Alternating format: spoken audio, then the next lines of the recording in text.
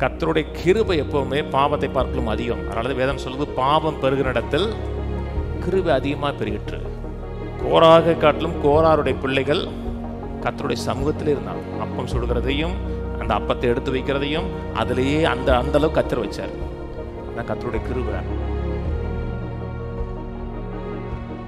லேவியரில் கோராகியனான சல்லூமின் மூத்த குமாரனாகிய மத்தித்தியாவுக்கு பலகாரம் சுடுகிற வேலையின் விசாரிப்பு ஒப்புவித்திருந்த. பலகாரம் சுடுகிறதுனா அதிரசம் இல்லை, இந்த அப்பம். மக்களுக்கு புரியணுங்க, பலகாரம் சுடுவாங்க இருக்க அதிரசம்.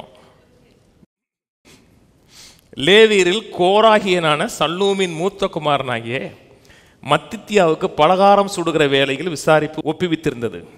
அவர்கள் சகோதரராகிய கோகாத்தியரின் புத்திரர் சிலருக்கு ஓய்வு நாள்தோறும் சமூகத்து அப்பங்களை ஆயத்தப்படுத்தும். ரெண்டு ஒன்று தான், அப்பம் சுடுகிறது, அதை ஆயத்தப்படுத்துறது, அடுக்கி வைக்கிறதுக்கு ஒருத்தன் வேலை. இவர்களில் லேவியருடைய பிதாக்களின் தலைவராகிய சங்கீதக்காரர் இரவும் பகலும் தங்கள் வேலையை நடத்த வேண்டியிருந்தபடியினால் மற்ற வேலைக்கு நீங்களாக தங்கள் அறைகளில் இருந்தார்கள். ரெண்டு குரூப், லேவியரில் ரெண்டு குரூப்பு. ஒரு மக்கள் பலகாரம் சுடுகிறது, ஒரு மக்கள் பலகாரத்தை ஆயத்தம் பண்ணுறது. அதே நேரத்தில் அந்த ஆராதனைக்கேற்ற காரியங்களை சங்கீதம் பாடுவதற்கு ஆயத்தமாக மற்ற வேலை செய்யாமல் ரெடியாக இருக்கிறது. ஒரு மனுஷன் ஞாயிற்றுக்கிழமை சர்ச்சில் வந்து பாடுறான்னா ஞாயிற்றுக்கிழமை வந்து பாடக்கூடாது, மற்ற 5 நாளும் 6 நாளும் கர்த்தருடைய பிரசன்னத்தில் இருக்கணும். ஞாயிற்றுக்கிழமை மட்டும் வந்து பாடுறோம்னா ட்ரையாக போகும். பாடுவோம், பாடுகிறது வேற, ஆராதிக்கிறது வேற. 5 நாளும் கர்த்தருடைய பிரசன்னத்தில் இருக்கிறான், கர்த்தரை கொடுத்து நினைவில் இருக்கிறான், ஜெபிக்கிறான், வசனம் கேட்குறான்னா அந்த ஃப்ளோவே வேற மாதிரி இருக்கும். இதனால அவங்களுக்கு வேற வேலை கிடையாது. கர்த்தரோட சமூகத்தில் இருக்கிறாங்க, அப்புறம் ஆராதிக்கிறாங்க. மேலே 2 குரூப்பு. அந்த பலகாரம் சுடுறது லேவியரில் கோராகியனான சல்லூமின் மூத்த குமாரனாகிய மத்தித்தியாவுக்கு பலகாரம் சுடுகிற வேலை இருந்துச்சு. இது யார் பிள்ளைங்க?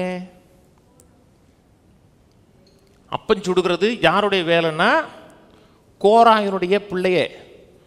கோரா யாருன்னு தெரியுமா? பூமிக்குள்ள போனவன். வாசிப்போம்.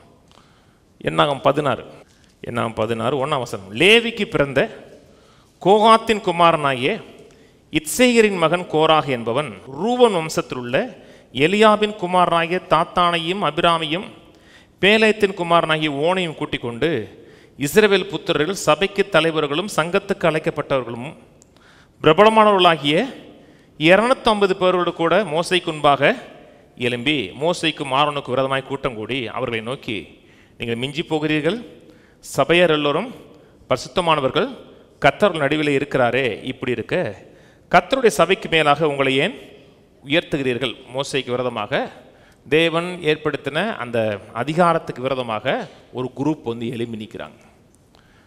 எந்த காரணத்தை கொண்டும் தேவன் ஏற்படுத்தின அத்தாரிட்டிக்கு விரோதமாக நிற்கக்கூடாது. இன்றைக்கி நின்னோம்னா சாபம் வராது, ஆனால் கர்த்தர் அதில் பிரியப்படுறது கிடையாது. இன்றைக்கி எக்காரணத்தை கொண்டும் நின்னதுனால அன்னைக்கு பெரிய சாபம் வந்துச்சு. ஒரு 250 பேர் போயிட்டான், பூமிக்குள்ளே போயிட்டான். பிரதான ஆசாரியனுக்கு விரதமாக நிற்கக்கூடாது, தேவன் ஏற்படுத்தின அதிகாரத்துக்கு விரதமாக நிற்கக்கூடாது.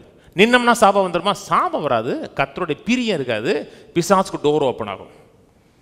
அது கர்த்தர் விரும்பலை. என்ன, கர்த்தர் ஒருவேளை நீங்கள் பாவம் செஞ்சால் கூட கர்த்தர் தண்டிக்க மாட்டார். என்னை கர்த்தர் சொன்னார், இனி உன்மேல் கோபம் கொள்ளுவதில்லை என்றும் உன்னை கடிந்து கொள்வதில்லை என்றும் ஆணையிட்டேன். கர்த்தர் நம்ம தண்டிக்க மாட்டார்.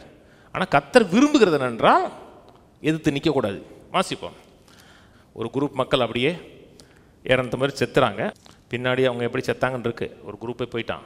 என்னாம் 26 10-11. பூமி தன் வாயை திறந்து அவர்களையும் கோராகையும் விழுங்கினதுனாலும் அக்கினி 250 பேரை பட்சித்ததினாலும் அந்த கூட்டத்தார் செத்து அடையாளமானார்கள். 11.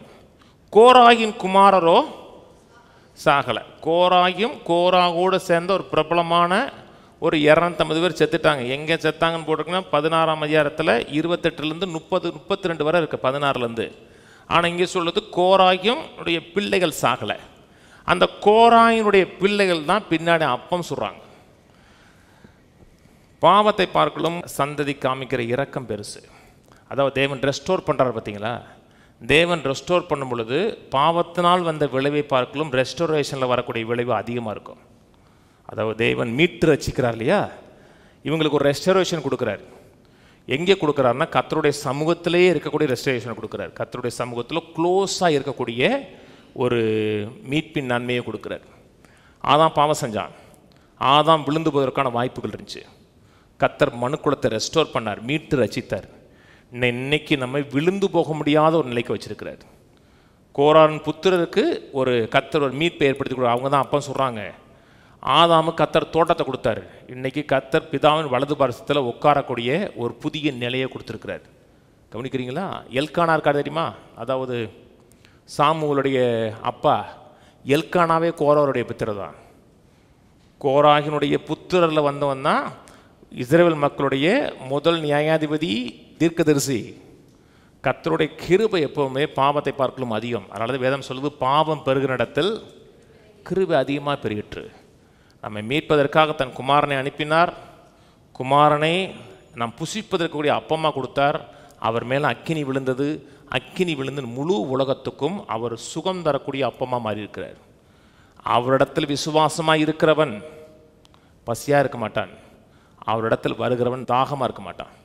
அவரிடத்தில் வந்திருக்கிறோம் என்றால் எந்த குறைவு இருக்கக்கூடாது. சரீரத்தில் குறைவு இருக்கக்கூடாது, பொருளாதாரத்தில் குறைவு இருக்கக்கூடாது, குடும்பத்தில் குறைவு இருக்கக்கூடாது. கர்த்தர் எல்லாவற்றையும் குறைவு இருந்தால் கூட ரெஸ்டோர் பண்ண விரும்புகிறார். கர்த்தர் ரெஸ்டோர் பண்ணார்னா தரத்தில் அழகாக இருக்குங்க. மனுஷன் ரெஸ்டோர் பண்ணார்னா அசிங்கமாக இருக்கும். ஒரு பொருள் ஒரிஜினலை காட்டிலும் கடைக்கு போயிட்டு வந்துருச்சுன்னா முடிஞ்சிருச்சுன்னு அர்த்தம். ஆனால் கர்த்தர் கைக்கில் போயிட்டு வந்துச்சுன்னா ஒரிஜினலை காட்டிலும் பெட்டராக இருக்கும். கோராக காட்டிலும் கோராருடைய பிள்ளைகள் கர்த்தருடைய சமூகத்திலே இருந்தாங்க. அப்பம் சுடுகிறதையும் அந்த அப்பத்தை எடுத்து வைக்கிறதையும் அதிலேயே அந்த அளவுக்கு கர்த்தர் வச்சார். அதுதான் கர்த்தருடைய தயவு. நம்மனா அந்த சந்ததியை பக்கத்திலே சேர்க்க மாட்டோம். ஆனால் கர்த்தர் க்ளோஸாக வச்சார்.